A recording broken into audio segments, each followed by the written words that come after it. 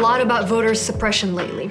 And you may be wondering, what is it? How does that impact me? Why does it matter? And what can I do about it? So I want to share that with you today. Let's look at history.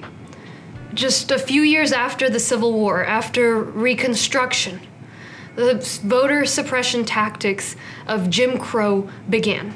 That is what gave us literacy tests with the excuse of a supposedly informed populace. Poll taxes, the excuse there was government revenue. Grandfather clauses that said you couldn't vote unless your ancestors could vote. Those strategies were specifically targeted at keeping African American communities from voting, making sure that they couldn't elect the leaders they wanted to elect and have the policies and the communities they wanted to see. That all changed because of the hard-fought gains of the Civil Rights Movement, the Voting Rights Act, and we saw an explosion in voting, particularly from minority communities. We saw them climb economically, we saw them represented in the ranks of power all across government. We still have a ways to go, but a lot of progress was made. Fast forward to 2020, fall 2020 here in Harris County. We had a record-breaking election, record turnout we hadn't seen for 30 years. Both Democrats and Republicans came out in numbers that we hadn't seen since 1982 in terms of percentage. And we had incredible innovations that led to that. We had drive-through voting, 24-hour voting. We tripled the number of early vote locations. We had innovations to ensure that there were functionally no lines in a county that had seen lines 2 hours up to 8 hours long in the past. It was an incredible thing, and all kinds of voters thanked us. Of course, after that, we saw the emergence of the big lie. The big lie that there was massive voter fraud in the 2020 election, that Joe Biden didn't actually win, and that the election had to be overturned. Now, the courts and Donald Trump's own attorney general have said that that was not the case. We've seen many times that the evidence of voter fraud is tiny. There is no widespread fraud. But now that excuse, the excuse of fraud, is being used to justify suppression. Just as during Jim Crow, some phony excuse was used to justify the grandfather clauses and the poll taxes. We've seen suppression built on that lie become law in Georgia. And now they're trying to do the same thing in Texas. There's a slew of bills aiming to suppress the vote of Texans. There are two that are the ones you hear of the most. Senate Bill 7 is championed by the Lieutenant Governor, the leader of the state Senate.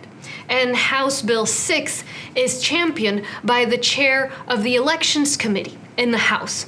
They both have very low numbers. That means it's a priority. The Senate bill is a priority for the Lieutenant Governor and the leadership in the Senate. The House bill is a priority for the Speaker of the House. So in addition to those, there are several other bills that individual legislators are pushing. Now, we don't know right now which provisions exactly will pass, but that doesn't mean we shouldn't talk about what's being proposed. As the House discusses Senate Bill 7, because Senate Bill 7 already passed the Senate, they may make changes to it, or they may reject it. House Bill 6 hasn't made it to the floor of the House yet, but there it may see additions. In the very late stages, these bills may have things tacked onto them. Ideas that have already been proposed and written off may come back. Ideas that we haven't heard before may suddenly appear. But here are the things that in their current form these bills do. Senate Bill 7 would eliminate 24-hour voting. A lot of shift workers, medical workers, first responders took advantage of that. They would make away with it. It would also get rid of drive-through voting, which received rave reviews from voters of both parties. I had poll workers so happy. They'd done nothing but receive compliments all day. Senate Bill 7 would keep local elected officials from being able to inform the community about mail ballot voting or to send mail ballot applications. A lot of folks, particularly with limited mobility, need to use mail-in ballots, senior folks. Folks may not know how it works. That's why the government should be here to educate them about this option they have for voting. The bill also limits and creates obstacles to curbside voting that folks with limited mobility use. They'll have somebody drive them to the poll and they're able to vote from their car curbside. It's different from drive-through voting. Now, it would require the person who drives them to sign an attestation to get out of the car, basically intimidating people from driving them. And we've heard from community members who use this that they fear they're not going to find somebody who's willing to take them and risk running afoul of some phony law. It would also cause more lines. Senate Bill 6 dictates how we allocate polling places throughout Harris County.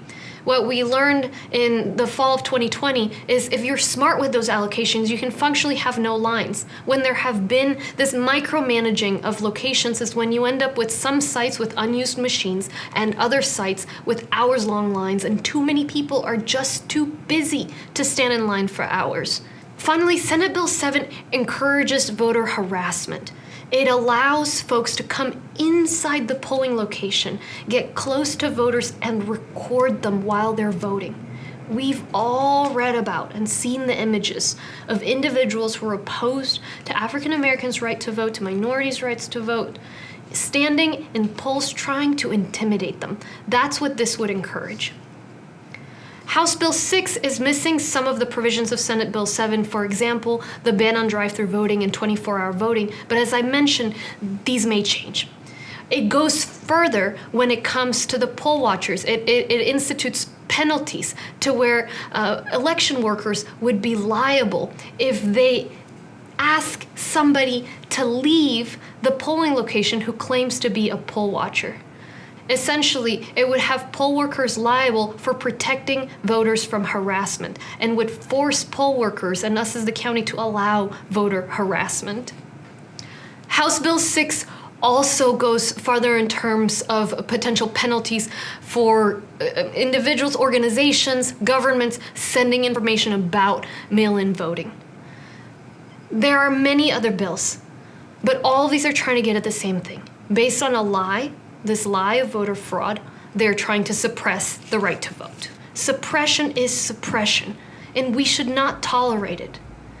Companies, individuals, leaders, join the march. It's our time to stand for voting rights.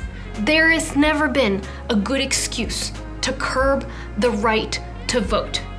And there's no evidence for the claims that are being raised as a reason for these bills. So let's all stand up, call your legislator. If you are a company, join the fight. You may be the only ones who can change this.